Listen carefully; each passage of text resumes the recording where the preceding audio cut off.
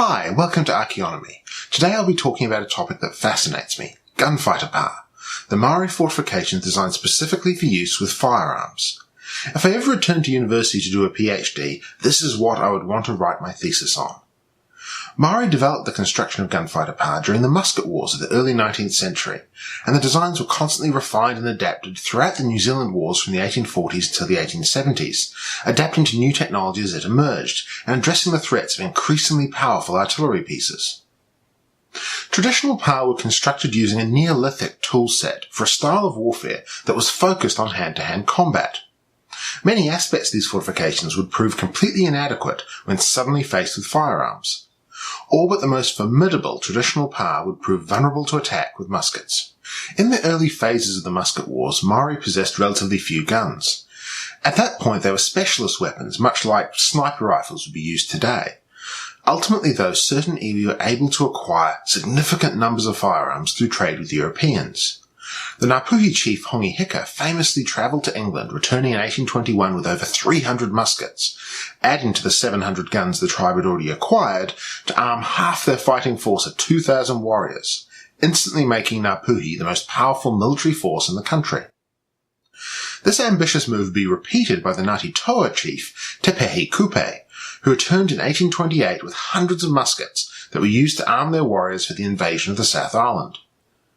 Maori were not strangers to artillery pieces either, and muzzle-loading ship's guns would be used in the design of quite a few Gunfighter Pa.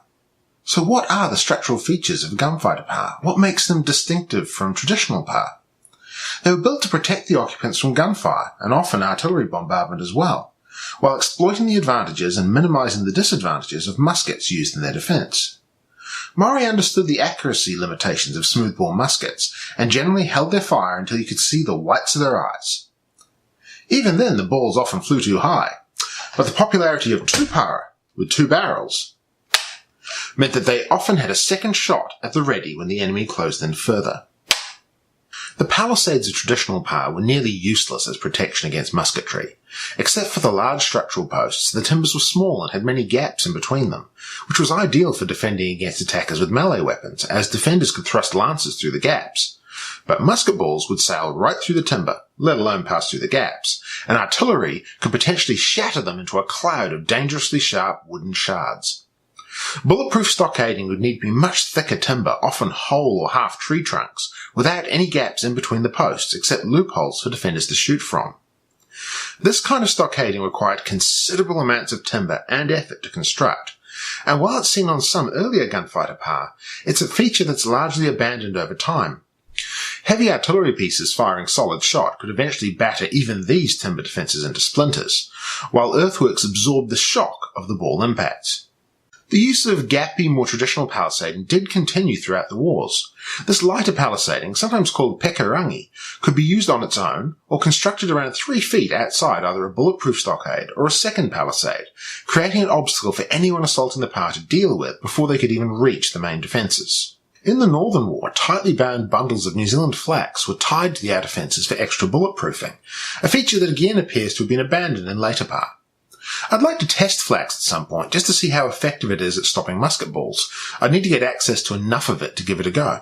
In many Gunfighter Pa of the 1860s, a single or double row of light palisades was the norm, and some Pa had no timber defences at all. In 1863, the British Army enacted the strategy of swiftly attacking Pa before they could be completed, making any more elaborate or time-consuming fortification elements unsuitable for Pa designers. The most important aspect of Gunfighter Pa was their earthworks.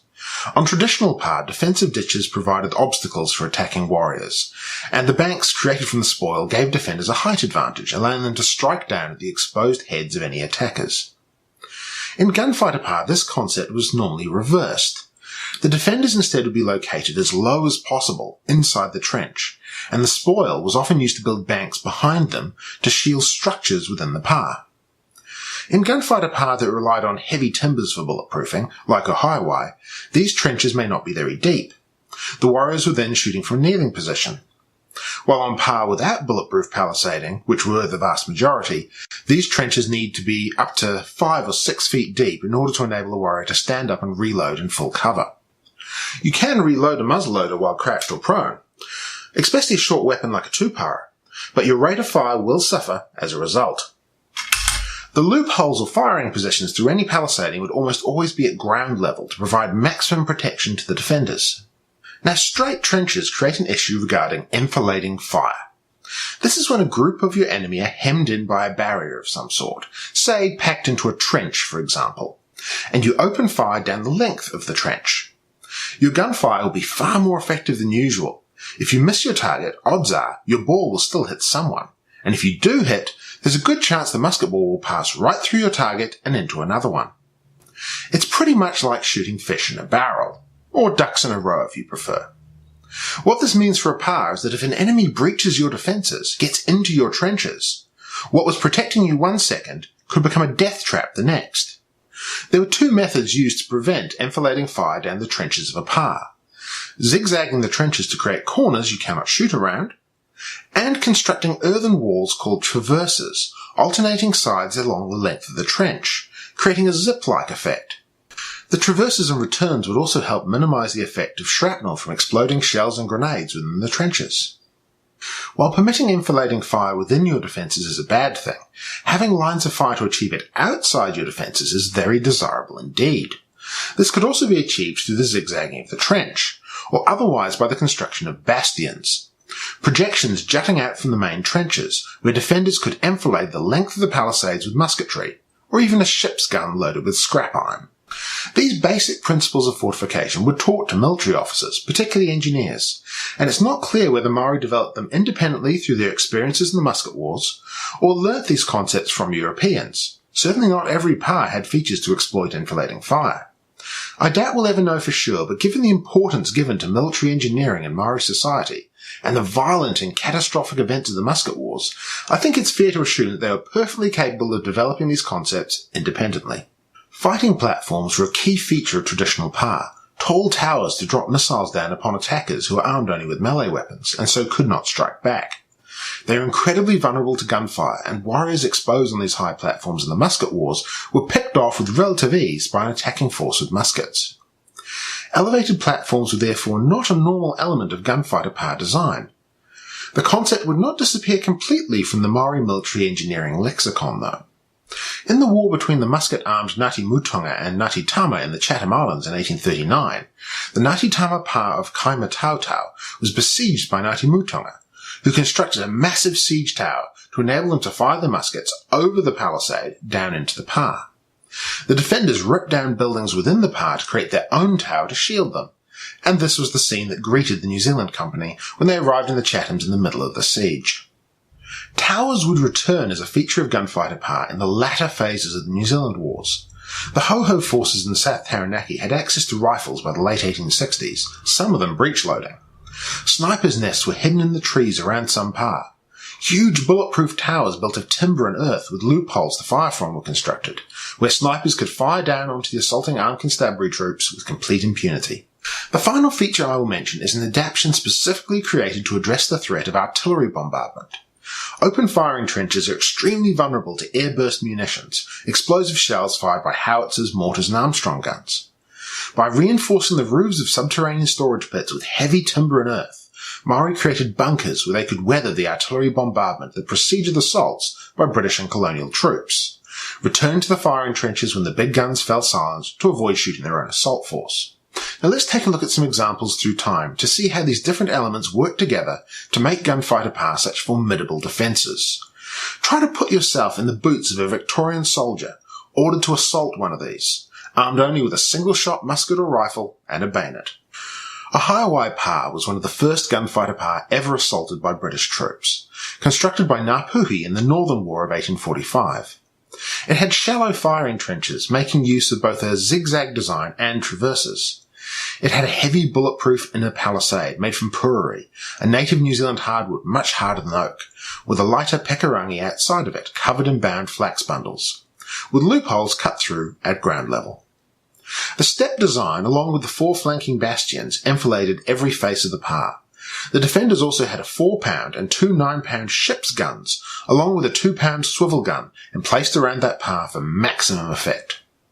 The Pa endured an artillery bombardment for days, which failed to create a breach in the defences. Nevertheless, Colonel Despard ordered a foolhardy assault on the northwest angle, where the defenders were able to catch the storming party in a deadly crossfire from the two bastions, one of which contained a carronade that fired a length of chain into the crowd of soldiers who were trying to hack at the bindings, trying to get through the first palisade. Needless to say, the assault failed dismally, with many of the assault force being killed or injured. Going south, we come to Quartermaster Pa, constructed by Ngāti Toa in 1846. I mentioned this site in my virtual tour of the Wellington region. The Pa possessed a 6-foot wide, 5-foot deep traverse ditch with a double line of external palisading that was not bulletproof, and an internal bank protecting the buildings inside. Shell-proof shelters were connected to the main firing trench, and the Pa itself was located where it was to put it beyond the range of the powerful ship's guns of the Royal Navy. It noticeably lacks the bastions for enfilading fire found in the earlier Northern War Gunfighter Pa. This photo is from Te Ora Pa in Bell Block, Taranaki. These fortifications were constructed during the intertribal Puketapu feud in the 1850s. I had just finished digging out this section of musketry trench when I took this photo. The traverses are clearly visible, and you can see the post holes from the two lines of palisading running parallel to it. The site plan illustrates how the trench projects out at the northeastern corner to facilitate enfilading fire down the length of the palisading. The 1860s was a decade where warfare raged throughout the North Island of New Zealand, and with it many Gunfighter Pa were constructed by Maori to defend from and to challenge the British and colonial forces in Taranaki, the Waikato, the Bay of Plenty and elsewhere. I've already done videos detailing the famous Rangariri and Horowhenua Pa, so I won't feature them here as well. Patarāngi Pa was one of the largest Gunfighter Pa ever built, constructed in late 1863. A maze-like complex of entrenchments with multiple strong points at key locations following the natural ridgelines. The whole layout surrounded by a palisade, built to slow down assaulting troops, not bullets. The Pa had 2 ship's guns pulled from Kawhia Harbour and placed on the southwest front, covering the road south that the Pa thoroughly blocked. It was clear to General Cameron that this was too formidable to attack, and I detail his solution to this problem in my Rangiawhia and Haerini video. There are a number of Gunfighter Pa constructed at this time that were simply not complete at the time when they were attacked, so for the purposes of this video I won't look at them, and focus instead on completed fortifications. Realistically, I'm spoiled for choice here. There are just so many Gunfighter Pa built in the New Zealand Wars. Manatahi Pa was located in Taranaki along the Horowhenua River and taken and destroyed by forces under Colonel War in October 1864. It featured double rows of 8 to 10 foot high palisades, traverse firing trenches, subterranean bunkers with underground communication trenches, and large earthen banks inside protecting the buildings. Like other Gunfighter Pa before it, notably Rangariri and Gate Pa, it was a linear work, bounded by the river to the southwest and a swamp to the northeast. Some of the spoil from the firing trenches was used to construct a large earthen tower, not as a defensive feature as it provided no cover at all, but as a lookout. It relies on its zigzagging trenches and the slight overall curve in its design to provide enfilading fire, rather than any distinct bastions. Tauranga Pa was the fearsome stronghold of Te Tokuwari's army, constructed at the height of his power in 1868. It featured a double palisade 10 to 15 feet high, with a firing trench that used an unorthodox traversing system. All the traverses crossed the firing trench completely, with tunnels cut through them on their back side. The tunnels themselves could not be enfiladed as the firing trench had a gentle curve to it. The faces of the palisades were enfiladed by 4 bastions. The westernmost one was a 30-foot high timber and earthen tower. Bunkers were constructed immediately behind the firing line and as a complex within the defences. They were roofed with corrugated iron and soil. The tops of the solid traverses were used to allow warriors to form a secondary firing line above the main ground-level firing line. Presumably the sections of palisade facing the traverses were reinforced to bulletproof it, since any defenders there would have no protection from the earthworks. The Pa also had lookout sniper platforms in the trees to the south of it. Tauranga Pa was truly a marvel of Maori military engineering. The last Pa we will visit is Pipariki Pa, constructed on the shore of Lake Horowhenua in 1872 by Muapoko under Te Kepa Te Rangihinui, also known as Major Kemp of the Armed Constabulary. It demonstrates the most formidable and modern development of the Gunfighter Pa form, incorporating lessons in fortification that Kemp learnt while serving in the colonial government forces. I do not have a contemporary plan of it, but I do have a copy of Adkin's plan from the 1930s, and have found a contemporary written description of the defences. The Pa had the standard firing trenches with loopholes at ground level, and the normal pair of 10 to 12 foot high heavy palisades around. However, at Pipariki, Tekepa had wooden boxing built around loopholes between the fences, and then had an external ditch 10 foot deep and 12 foot wide dug, and the spoil poured in between the fences, making them into a solid bulletproof wall. Like Taronga Ika, Pipariki Pa also included a 30 foot high tower, constructed in the same way, and a loophole for rifle fire.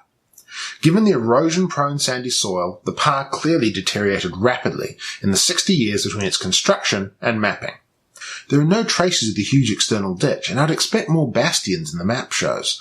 Possibly there was one located in the gap in the defences visible at the western end, and the only feature that may be the remains of the tower is this mound located near the centre. Strategically, Gunfighter Pa were used in different ways. Some were fortified settlements. Many were constructed as deliberate provocations, inviting attack, and once an assault against them had failed, they lost their value and were abandoned. In the Waikato, they were used as a frontier to try and block the advance of the British Army. Some Gunfighter Pa were clearly incredibly formidable, while others were deceptive, appearing weaker than they were, or used trickery to draw attention to expendable or dummy features. Almost all of them proved incredibly difficult for British and colonial troops to take, and frequently the cost of taking a Pa would be many dead and wounded soldiers. British officers and engineers were very impressed by Maori military engineering, and thanks to them creating detailed maps of many of the Pa, New Zealand archaeologists have a great resource available to us when we study them. Unlike the many prehistoric Pa that form highly visible elements of the modern landscape in the North Island, Gunfighter Pa are largely invisible today. Their trenches were generally backfilled by the government or colonial forces, and the timber elements burnt to the ground to prevent the sites from being reused. If the Pa was located on a particularly strategically valuable position, British or colonial fortifications would be constructed on the same site, hiding the earlier features. Thankfully, a few examples are still visible, such as Oika Pa in South Taranaki, where the traverse trenches are still clear even in the Google Earth image. Te Porere Pa in Ruapehu district, with its maze of trenches, is still intact. The mighty Ruapekapeka Pa in Northland is in the Department of Conservation Reserve, and parts of the central redoubt of the deceptively fearsome Rangiriri Pa is also reserved, with Heritage New Zealand signage and interpretation. I hope you found this video interesting.